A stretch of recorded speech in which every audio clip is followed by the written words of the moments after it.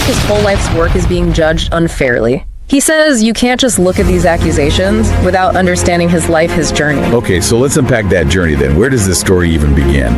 Well, we gotta go back to the 1920s. Oppenheimer's diving into the world of quantum physics. No bombs yet. No chain reactions. He leaves the US to study this new physics in Europe. So he's going straight to the source. It was like the epicenter, yeah. Quantum mechanics was booming over there. Right. I think Einstein, Bohr, Heisenberg. Big names. Giants. Challenging the very foundation of physics. And Oppenheimer's drawn to that. All that intellectual energy. So he's surrounded by these, like, titans of physics, soaking up all this groundbreaking knowledge. This has been an exciting time. The theorists and the experimentalists. Like a partnership. Yeah, that's what drives progress. Makes sense. So we have Oppenheimer, brilliant mind, Europe. But it wasn't all sunshine and roses, right?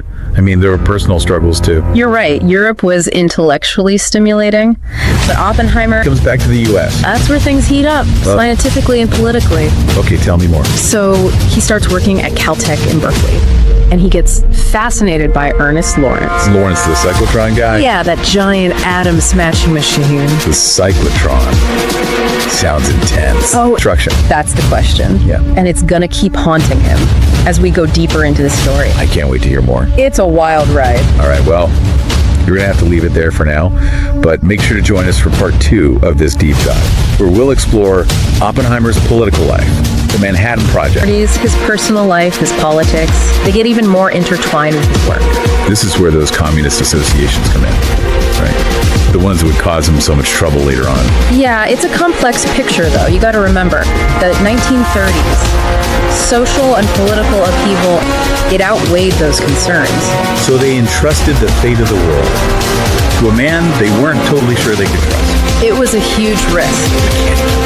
General Leslie Groves, he was the one who recruited Oppenheimer. Okay. Groves knew about the FBI file, the communist connections, everything. But he still chose He him. recognized Oppenheimer's genius. Ability to win. Exactly. Groves believed he was the only man for the job. It's like something out of a movie. It's become this mythical place. It really has. A symbol of this race against time. To unlock the secrets of the atom. And Oppenheimer, he's the architect of it all. It's amazing when you think about it. He understood that to succeed, you need more than just brilliant scientists. What else? You need a community. A place where families can live, thrive. He wanted to create an environment where Potential consequences.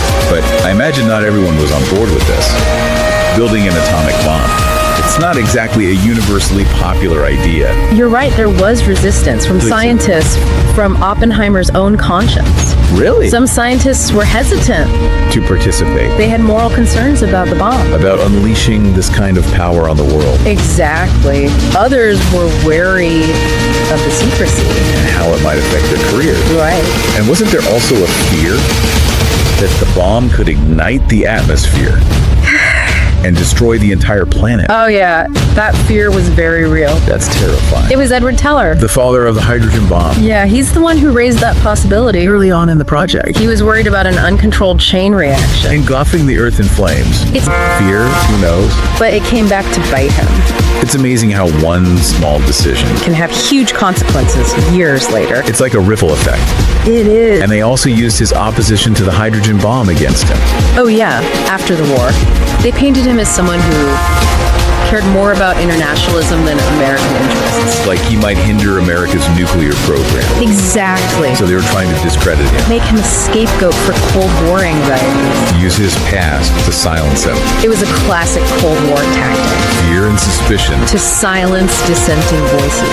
So, how did Oppenheimer respond to all this? How did he defend himself? His testimony is fascinating, really. Defiance and regret. He admits his involvement with leftist groups, but insists he's always been loyal to the U.S.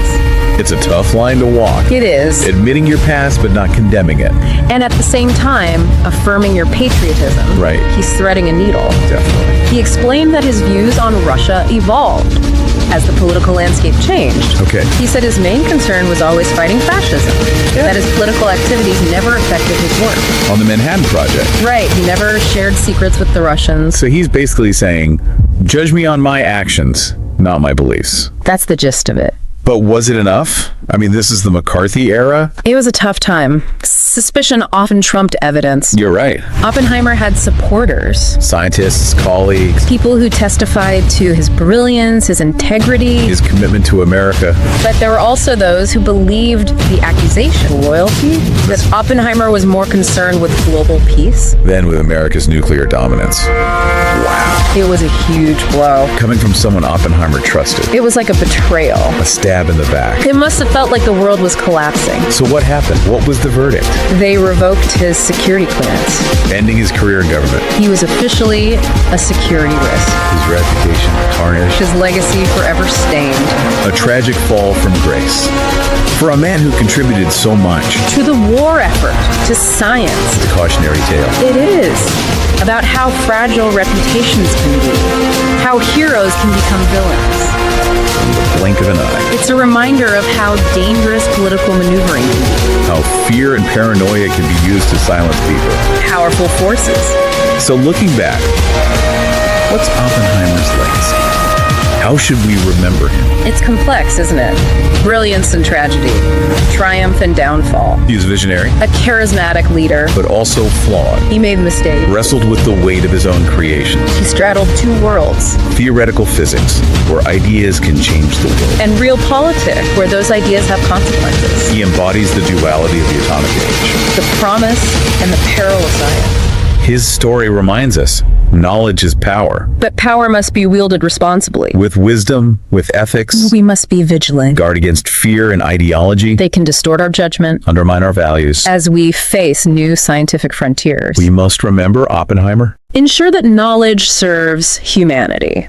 not the other way around. It's a complex legacy. Brilliance, ambition, tragedy. It makes you think. About scientific progress.